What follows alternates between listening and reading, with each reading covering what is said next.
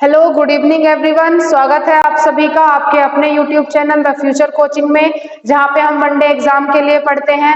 जिसमें कि अब जैसा कि आप सभी जानते हैं कि अभी काफी वैकेंसीज आने वाली हैं, तो आप अपने आप को बिल्कुल प्रिपेयर रखिए। ये बिल्कुल मत सोचिएगा कि जब एग्जाम फॉर्म आएगा तब आप पढ़ना शुरू करेंगे। नहीं, बिल्कुल नहीं। देखिए स्टूडेंट्स, देखिए साथियों, क्या है कि सिलेबस आपके पास बहुत वास्ट होता है। ये चाहे आप वनडे एग्जाम के लिए प्रिपेयर करें, चाहे आप जो भी आपके एग्जाम होते हैं किसी के लिए भी आप प्रिपेयर करें, सबका सिलेबस बहुत वास्ट है। और 1 महीने में, 2 महीने में, 3 महीने में ये कवर अप नहीं होने वाला। ओके, तो उसी हिसाब से आप अपनी तैयारी कंप्लीट करते चलेंगे, तैयारी अपनी करते चलेंगे। जब भी जैसे ही वैकेंसी आए, मन में ये पछतावा नहीं होना चाहिए कि यार हमारी तैयारी नहीं है, अब मैं क्या करूं, कहाँ जाऊं, कैसे पढ़ूं। राइट। तो इट्स बेटर कि आप एकदम बर्डन लेने की बजाय धीरे धीरे कंटेंट को थोड़ा थोड़ा समझते रहिए, पढ़ते रहिए, रिवाइज करते रहिए, ताकि आपको आगे प्रॉब्लम ना हो। जैसे ही वैकेंसी आएगी, जैसे ही आपकी जॉब आएगी, आप उसके लिए बिल्कुल प्रिपेयर रहेंगे। राइट। और जरूरी नहीं, not only for job purpose, आप ये अपने अपने नॉलेज के लिए भी पढ़िए। अपनी नॉलेज बहुत जरूरी होती है। राइट, समझ रहे हैं बात को? अपनी नॉलेज बहुत जरूरी होती है। कल को आप किसी से बात करने खड़े होंगे, एटलीस्ट आपको पता हो कि आप क्या कह रहे हैं, आप क्या कर रहे हैं। राइट। तो अपना नॉलेज होना, अपनी सोसाइटी का नॉलेज होना, अपने कंट्री के बारे में जानना, अपनी लैंग्वेज को जानना बहुत जरूरी है। ठीक है, अनपढ़ गंवार मत बनकर रहिए। थोड़ा सा आप अपने आप को नॉलेजेबल बनाइए। अपनी पर्सनालिटी के अंदर आप फिर खुद बदलाव देखेंगे कि आप कितने ज्यादा मैच्योर हो चुके हैं। राइट। वरना तो फिर आप उन्हीं बातों में रह जाएंगे कि हाँ भाई, और मतलब जो इतना भी ये बेवजह की बातें होती है ना, उन सब में रह जाएंगे। ठीक है, मैच्योरिटी लेवल आपका कहीं खो जाएगा और आपको पता भी नहीं चलेगा कि आपके साथ क्या हो गया। क्लियर? तो not only for exam purpose, आप इसे अपने पर्सनालिटी ग्रूमिंग के लिए भी पढ़िए। कहीं आपसे कोई भी कुछ भी पूछे, कहीं पे भी, अदर स्टेट में, अदर कंट्री में, एटलीस्ट आपको अपनी लैंग्वेज की, अपनी बातों की, अपनी कंट्री की नॉलेज होना बहुत जरूरी है। कोई बेवकूफ ना बनाए। राइट। वरना आप जब बेवकूफ बनते चले जाएंगे, आपको कुछ पता नहीं होगा, फिर आप भी उसी भीड़ में शामिल हो जाएंगे। राइट। तो इसीलिए कंट्री के रूल्स का पता होना बहुत जरूरी है। आप एक गवर्नमेंट को चुनते हैं, और एक गवर्नमेंट को चुनने का अधिकार आपको मिला हुआ है, तो उसका पूरा यूटिलाइजेशन होना चाहिए बहुत अच्छे से। और आपको पता होना चाहिए कि क्या गवर्नमेंट के काम क्या है, और वो अपना काम कर रही है कि नहीं कर रही है। राइट। आप यूथ हैं भाई देश के, है ना? आपको नहीं पता होगा तो किसको पता होगा? फैसला आपके हाथ में होता है। तो उसी चीज को जरा अपने आप को मॉडिफाई कीजिए उस चीज के लिए। ठीक है, चलिए आज की क्लास को हम शुरू करते हैं। आज की क्लास है हमारी समाज के लिए। हम समाज का जो एक इंट्रोडक्शन होता है वो सारा हम जान चुके थे। अब हम पढ़ेंगे कि समाज के प्रकार कौन कौन से होते हैं। मैंने आपको बताया था कि समाज कितने प्रकार के होते हैं। अब हम उन्हीं एक एक समाज को पढ़ते चलेंगे, एक एक समाज को लेकर हम क्या करते चलेंगे, अपने स्टडी को कंटिन्यू करेंगे। ठीक है, तो सबसे पहला हमारा आ जाता है द्विगु समास। द्विगु समास। द्विगु समास की एक ही पहचान है कि इसमें क्या आता है, इसमें नंबर आता है। ठीक है, नंबर आता है, ये आप नोट करेंगे और इसी भाषा में नोट करेंगे, नंबर आता है। ठीक है, ऐसा नहीं कि आप कोई बिल्कुल ऑथेंटिक लैंग्वेज लिख रहे हैं, मत लिखिए। मैं ये कह रही हूं आप ऐसे ही लिखिए, नंबर आता है। ठीक है, नंबर कैसे आता है? हमने क्या दिया, 4 रास्तों का समूह। 4 रास्तों का समूह, ये क्या आया, नंबर आया। मैंने कहा 9 रत्नों का समूह। 9 रत्नों का समूह। ठीक, 4 मंजिल का मकान। 4 मंजिल का मकान। ठीक है, शताब्दी, या हम कह सकते हैं 100 वर्षों का, 100 वर्षों का समूह। ठीक है, ठीक। तो यहाँ पे क्या है, नंबर आ गए बेटा, देख लीजिए आप क्या आ रहे हैं, यहाँ पे नंबर आ रहे हैं। तो आपने क्या लिखना है टैगलाइन में याद करने के लिए, नंबर आता है। नंबर कहाँ पे आता है, 4 9 4 9 2 5 6 8 10 12। इसमें ये कंपलसरी है कि इसमें नंबर आएगा ही आएगा, उसी को हम द्विगु समास कहते हैं। क्लियर है इतनी बात? ठीक है, ठीक है। अब इसकी लिखते हैं परिभाषा। इसकी परिभाषा क्या कहती है? देखो मैंने बताया था कि समास में 2 पद होते हैं, एक पूर्व पद और एक उत्तर पद। तो परिभाषा क्या कहती है कि जिस समास का पूर्व पद, जिस समास का पूर्व पद कैसा हो, संख्यावाची हो, पूर्व पद कैसा हो?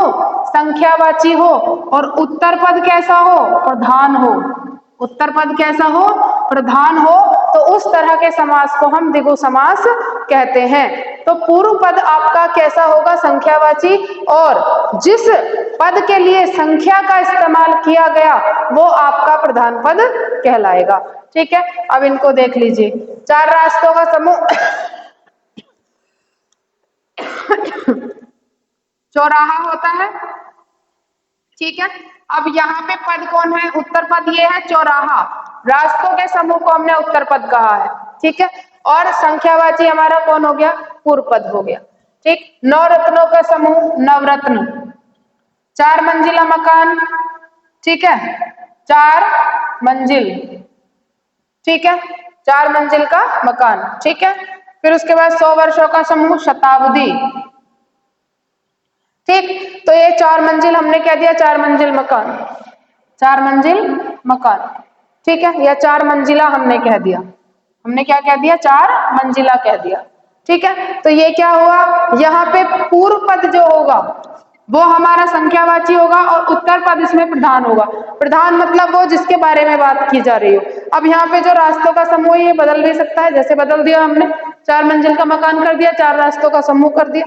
तो जिसके बारे में बात की जा रही है वही पद हमारा क्या होगा? प्रधान होगा। बाकी उसमें जो पहला पद होगा वो कैसा होगा? संख्यावाची होगा, नंबर आएगा, 100% गारंटी है। ठीक है, वही आपका क्या होगा? द्विगु समास होगा। क्लियर है इतनी बात? नोट कीजिए। ठीक है, और एग्जाम्पल ले लेते हैं।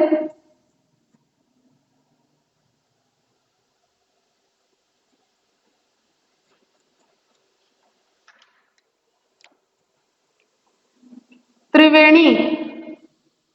ठीक है, त्रिवेणी। फिर आ जाता है तिरंगा। ठीक, सप्तऋषि, अष्टाधाई, अष्टाधाई, अठन्नी, चवन्नी,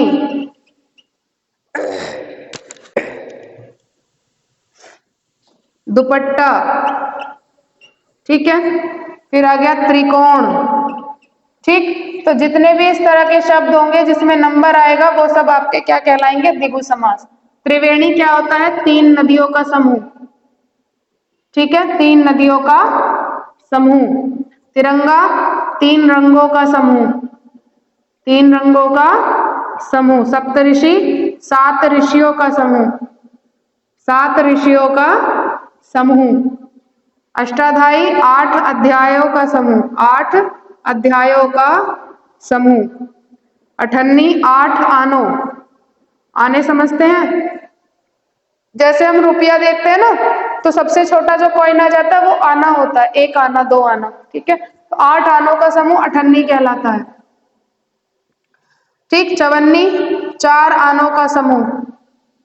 ठीक है, आनों का समूह। दुपट्टा, दो पटों का समूह। दुपट्टा जो अक्सर लड़कियां हम लोग लगाते हैं तो उसमें क्या होते हैं? दो पट होते हैं। ठीक है, तो इसीलिए उसको दुपट्टा कहा जाता है। ठीक है, त्रिकोण, तीन कोणों का समूह, तीन कोणों का समूह। ठीक है, इसको हम कहते हैं द्विगु समास। क्लियर है इतनी बात? जहां पे आपको नंबर, अब आप कोई भी समास उठा के देख लीजिए, इसमें से सभी में क्या मिलेगा? आपको नंबर मिलेगा। ठीक है, जैसा मैंने पहले ही कहा था, माना नहीं, ये नीचे गिर के ही माना। चलिए, जैसे मैंने पहले ही कहा था कि क्या होता है कि जो समास होता है वो क्या कर देता है? संक्षिप्तीकरण कर देता है। एक पूरे लंबे वाक्य को एक छोटे से शब्द में क्या कर देना? उसको चेंज कर देना। दैट इज द समास। उसी को हम क्या कहते हैं? समास कहते हैं। ठीक है, इतनी चीज क्लियर है यहाँ तक? कोई दिक्कत, कोई परेशानी? नो? ठीक है, इसको फटाफट से नोट करेंगे, नेक्स्ट पे चलते हैं।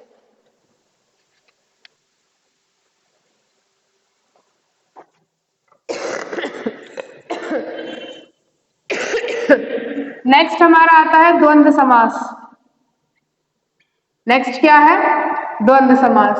द्वंद्व समास, द्वंद्व का क्या मतलब होता है? जो चीजें आपस में मेल ना खाती हो। जिन दो शब्दों को हम क्या करके जोड़ें? दो शब्दों को या, ठीक है, या से जोड़े, तब हमारा उसमें कौन सा होता है? द्वंद्व समास होता है। ठीक है, इसमें भी हम बात करते हैं पूर्व पद की और उत्तर पद की। कौन सा पद प्रधान है और कौन सा नहीं है? देखो, इसमें दोनों ही पद हमारे क्या होते हैं? प्रधान होते हैं। दोनों ही पद कैसे हैं? प्रधान पद है। ठीक है, क्लियर है इतनी बात? दोनों ही पद हमारे क्या है? प्रधान पद होते हैं। इसीलिए इसको क्या कहते हैं? द्वंद्व समास कहते हैं। ठीक, द्वंद्व समास कैसे? जैसे मैंने लिख दिया पाप पुण्य। ठीक है, अब या तो या से जोड़ेंगे या फिर और से जोड़ेंगे। ठीक है, पाप पुण्य, माता पिता, भाई बहन, भाई बहन, अच्छा बुरा। ठीक है, ठीक, अब इसको हम कैसे लिख सकते हैं? पाप या पुण्य, या हम लिख सकते हैं पाप और पुण्य। ठीक है, हमने लिख दिया माता या पिता, या हमने कह दिया माता और पिता। ठीक है, कोई दिक्कत? भाई या बहन, भाई और बहन, और बहन। अच्छा या बुरा, वी कैन से अच्छा और बुरा। ठीक है, तो ये हमारा क्या हो जाता है? द्वंद्व समास हो जाता है। हम चीजों को यहाँ पे किससे जोड़ रहे हैं? या से जोड़ रहे हैं, और से जोड़ रहे हैं। ठीक है, अब यहाँ पे प्रधान पद, दोनों ही चीजें हमारी क्या होते हैं? दोनों ही पद हमारे प्रधान पद होते हैं। ठीक है, पाप कह लो पुण्य कह लो, दोनों ही अपने आप में डोमिनेंट है। पाप अपनी जगह ठीक है, पुण्य अपनी जगह ठीक है। ठीक है, करने वाला सारे काम करता है, पाप भी करते हैं पुण्य भी करते हैं हम लोग, राइट? तो दोनों ही पद क्या हो जाते हैं? प्रधान हो जाते हैं। एक को भी हम ये नहीं कह सकते कि ये कैसा है या ये प्रधान नहीं है, ये ऐसा है ये वैसा है। दोनों ही पद हमारे क्या कहलाएंगे? प्रधान कहलाते हैं। इतनी चीज क्लियर है? तो ये हमारा क्या हो गया? दैट इज द द्वंद्व समास। ये क्या है? द्वंद्व समास। जहां पे द्वंद्व चल रहा हो, जहां पे झगड़ा हो, जहां पे क्या हो? कंफ्लिक्ट हो थोड़ा सा, जहां पे ऑपोजिट चीजें आ रही हो, उनको हम या और से जोड़ते हैं। ठीक है, तो आप जब भी देखोगे द्वंद्व समास को, तो द्वंद्व का मतलब ही क्या होता है? कि ऑपोजिट है थोड़ा सा। ठीक है, इसी को हम क्या कहते हैं? द्वंद्व समास कहते हैं। इतना नोट करेंगे फटाफट। ठीक है, अब इन सबके साथ इसमें नोट करेंगे जितने भी हमारे दहाई वाले अंक होते हैं, दहाई वाले अंक जो होते हैं वो सब हमारे किस में आते हैं? द्वंद्व समास में आते हैं। जैसे हमने कह दिया 63, 65, जिसको हम हिंदी में बोलते हैं 60 और 3 63, 60 और 5 65, 60 और 6 66, 70 और 6 76। ठीक है, तो यहाँ पे क्या आ जाती है? दो चीजें आ जाती है, 70 और 6। ठीक, दो चीजें आ गई, अलग अलग आ गई। तो इसलिए ये जितने भी दहाई वाले अंक होते हैं, दैट ऑल इन द्वंद्व समास, सारे किस में आते हैं? वो द्वंद्व समास में आते हैं। ठीक है, इतनी चीज क्लियर है यहाँ तक? कोई दिक्कत कोई परेशानी? ठीक है, जैसे हमने कह दिया 15, 15 द्वंद्व समास में क्यों होगा? सिंगल वर्ड है। नहीं जी, 10 और 5 15। ठीक है, 20, यानी कि 1 से 10 तक तो हमारे सिंगल रहेंगे, कोई दिक्कत नहीं है। लेकिन 11 से पूरे 100 तक हमारे कितने आ जाएंगे? 99 तक पूरे हमारे द्वंद्व समास में आएंगे। ठीक है, 10 और 1, 10 और 2 12, 10 और 3 13, 10 4 14, इस तरह से। ठीक है, तो ये हमारे दहाई वाले अंक जितने भी आ गए, सब किस में आ गए? द्वंद्व समास में आ गए। ठीक, हमने कह दिया राजा और रंक, राजा रंक, तो राजा और रंक वी कैन राइट राजा और रंक, है ना? ठीक है, या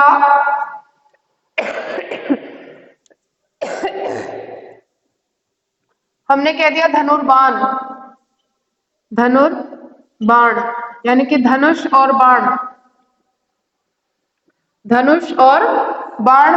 तो जितने भी हम और से शब्दों को जोड़ रहे हैं, द्वंद्व दिखाई दे रहा है, दो चीजें ऑपोजिट, दो चीजें हमारी मिलती हुई नजर आ रही हैं, हम उसमें क्या कहते हैं? उसमें हम कहते हैं कि ये कौन सा है? ये द्वंद्व समास है। ठीक है, एग्जाम्पल्स बहुत मस्ट है। और इनके की नोट्स बहुत मस्त है। तो आप साइड बाय साइड इनके की नोट बनाते चलेंगे मेरे साथ साथ, ठीक है, ताकि ये आपका लास्ट मोमेंट रिवीजन पे काम आए। आप पूरा उसमें जब पूरा का पूरा कंटेंट आप तब नहीं पढ़ते हैं रिवीजन में, आप केवल की नोट पढ़ते हैं, ठीक है। पूरा रिवीजन करने का समय भी नहीं होता है, रिवीजन अब कीजिए ज्यादा से ज्यादा, ठीक है। इतनी चीज क्लियर है, इसको नोट कीजिए। आगे चलते हैं। कर्मधारय, कर्मधारय समास। कर्मधारय समास क्या कहता है कि जब जिसमें पहला पद क्या हो, विशेषण हो, और उत्तर पद हमारा विशेषस्य हो, ठीक है। विशेषण और विशेषस्य समझा चुके हूं, ठीक। जिन्होंने नहीं देखा है वो हमारी पुरानी वीडियोस को देखिए, उसमें आपको विशेषण विशेषस्य अच्छे से समझ में आ जाएगा। विशेषण क्या होता है कि जो किसी भी चीज की, किसी भी वस्तु की, किसी भी जगह की विशेषता बता दे, हम उसको विशेषण कहते हैं। विशेषस्य क्या होता है, जिसकी विशेषता बताई जाती है। दैट मीन शॉर्ट में कहें तो संज्ञा, ठीक है। संज्ञा को हम क्या कहते हैं, विशेषस्य कहते हैं। तो कर्मधारय समास क्या कहता है, पहला पद विशेषण, दूसरा पद विशेषण। यानी कि इसके उदाहरण में हम देखेंगे, उदाहरण ये कहते हैं कि जैसे हमने कह दिया काला आदमी, काला आदमी, खारा पानी, खारा पानी, नीला आसमान, नीला आसमान, नील कमल, नील कमल, नीला कमल, ठीक है। तो ये हमने क्या कह दिया, यहाँ पे हमने पहले क्या बताई, विशेषता बताई, फिर उसके बाद विशेषस्य बताया। किसकी विशेषता बताई हमने, संज्ञा सर्वनाम की विशेषता बताई, उसका रंग बताया, उसका व्यवहार बताया, उसका आदतें बताई, एनीथिंग एल्स, कुछ भी। तो वो सारी चीजें हमारी किस में आ जाती हैं, वो सारी चीजें हमारी कर्मधारय समास में आ जाती हैं, जो आपके कर्मों को दिखा रहे हैं, राइट। इस तरह से आप इसको ट्रिकी बना सकते हो कि जो आपके क्या दिखा रहे हो, कर्म दिखा रहे हो। कर्म तो कोई नहीं दिखा सकता है, बट एक ये ट्रिक है कि आप इसे इस तरह से पढ़ सकते हो आराम से, ठीक है। काला आदमी, खारा पानी, नीला आसमान, नील कमल।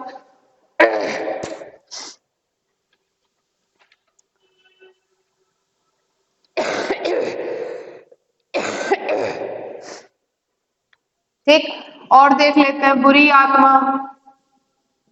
बुरी आत्मा, या इसको हम कह सकते हैं प्रेतात्मा, प्रेतात्मा, ठीक है।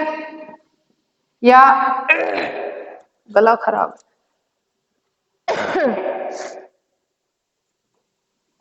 सदाचार, ठीक है। सद प्लस आचार, जिसके आचार क्या है, अच्छे हैं, ठीक है। क्रोधाग्नि, क्रोधाग्नि, क्रोध की अग्नि, ठीक है। लाल मणि, लाल मणि, यानी कि मणि जो कैसी है, लाल है।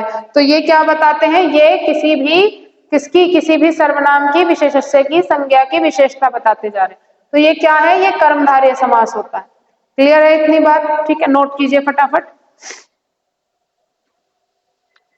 ठीक। और लिख लीजिए, हमने कह दिया सुविचार, लोह पुरुष,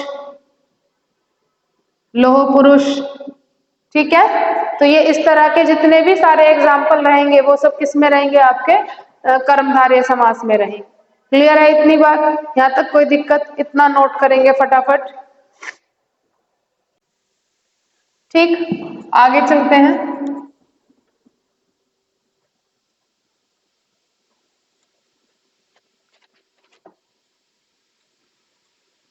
देखो, जो कर्मधारय समास है, जो विशेषण है, वो पहले भी बताया जा सकता है और वो बाद में बताया जा सकता है।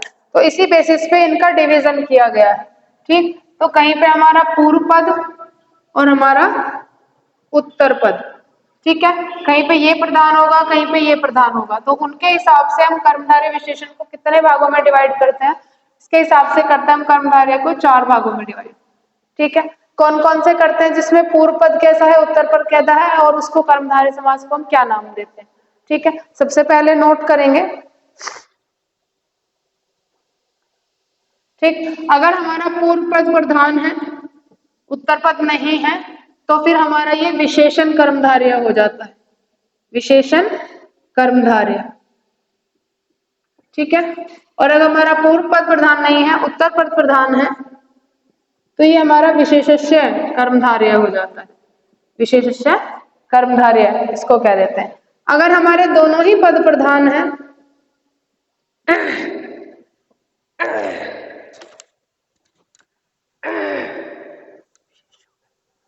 ठीक है, अगर दोनों ही पद हमारे प्रधान हो गए तो ये कहलाता है विशेषोभय, यानी कि विशेषण भी है और विशेषस्य भी है। ठीक है,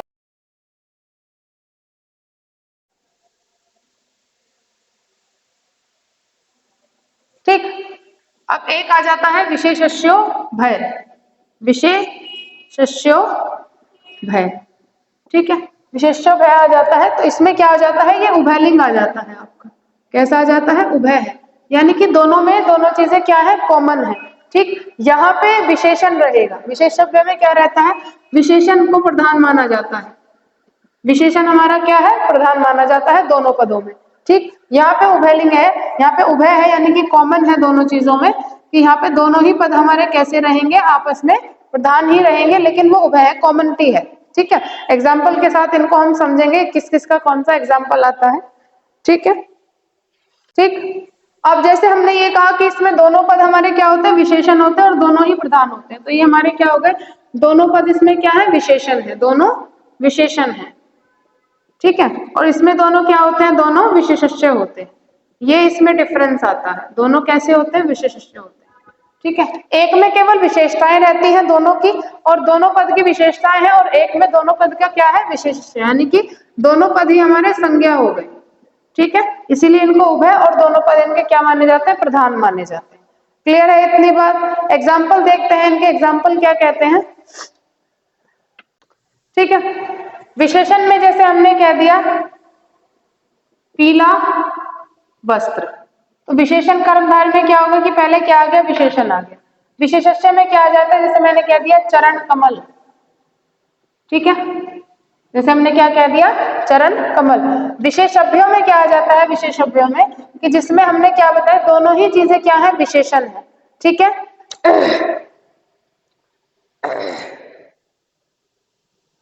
ठीक, दोनों ही चीजें क्या है, विशेषण होते हैं। जैसे हमने एग्जांपल ले लिया कृताकृत, काम को करने वाला, कृताकृत। ठीक, विशेषभ्य में क्या कहता है, विशेषभ्य कहता है कि भाई जैसे हमने कह दिया दोनों ही चीजें क्या है, विशेषस्य है। ठीक है, यानी कि दोनों चीजें क्या है, संज्ञा है। जैसे हमने कह दिया आम वृक्ष, क्या कह दिया, आम वृक्ष, आम भी क्या है, विशेषस्य है, और वृक्ष भी क्या है, विशेषस्य है। तो इसी तरह से आप क्या करेंगे, जैसे मैंने कह दिया रसांकुर, रस प्लस अंकुर, तो रस भी विशेषस्य और अंकुर भी। ठीक है, तो यहाँ पे क्या होता है, इन चारों के अकॉर्डिंग आपने डिफाइन करना है, और इसमें केवल आपको एक एक दो ही एग्जाम्पल इसमें याद रखने हैं। ज्यादा एग्जाम्पल इसमें याद करोगे कंफ्यूज हो जाओगे। ठीक है, तो इसलिए आपको केवल समझने के लिए इसको कि कौन सा है, वरना तो आपसे डायरेक्ट यही पूछा जाएगा कि इसमें से बताइए कर्मधारय समास कौन सा है, जिसमें आप ये देख ले विशेषण आ रहे हैं, दोनों विशेषण आ रहे हैं, दोनों विशेष आ रहे हैं, या दोनों में विशेषता बताई जा रही है, वो आपका क्या हो जाता है, कर्मधारय समास हो जाता है। इतनी चीज क्लियर है। ठीक है, आज की क्लास में हम इतना ही पढ़ेंगे, कंटिन्यू करते हैं कल फिर से नेक्स्ट क्लास में, तब तक के लिए पढ़ते रहिए। Thank you so much.